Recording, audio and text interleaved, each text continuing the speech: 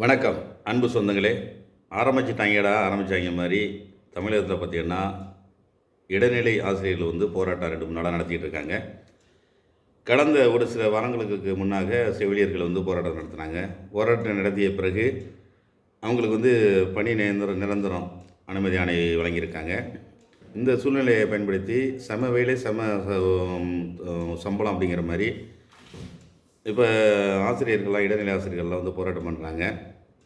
இந்த அரசியல்லாம் தேர்தல் வரப்போகுது, இந்த நேரத்தில் பண்ணால் அந்த கோரிக்கை நிறைவேற்றுவாங்கன்ட்டு இப்போ ஒருத்தர் ஆரம்பிச்சிட்டாங்க.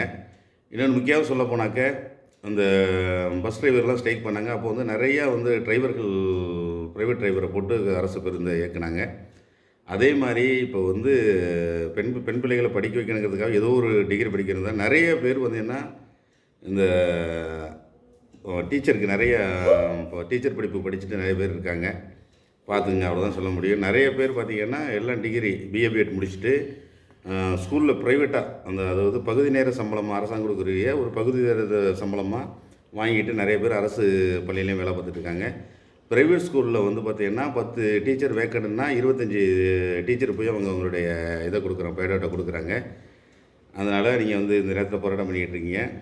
அநேகமாக நிறைய பேர் இந்த ஆசிரியர் படிப்பு முடிச்சுட்டு ப்ரைவேட் ஸ்கூல்லையும் அரசு ஸ்கூலில் பார்ட் டைமாகவும் பார்த்துட்டு இருக்க ஆசிரியருக்கு அதிக வாய்ப்பு இருக்குது.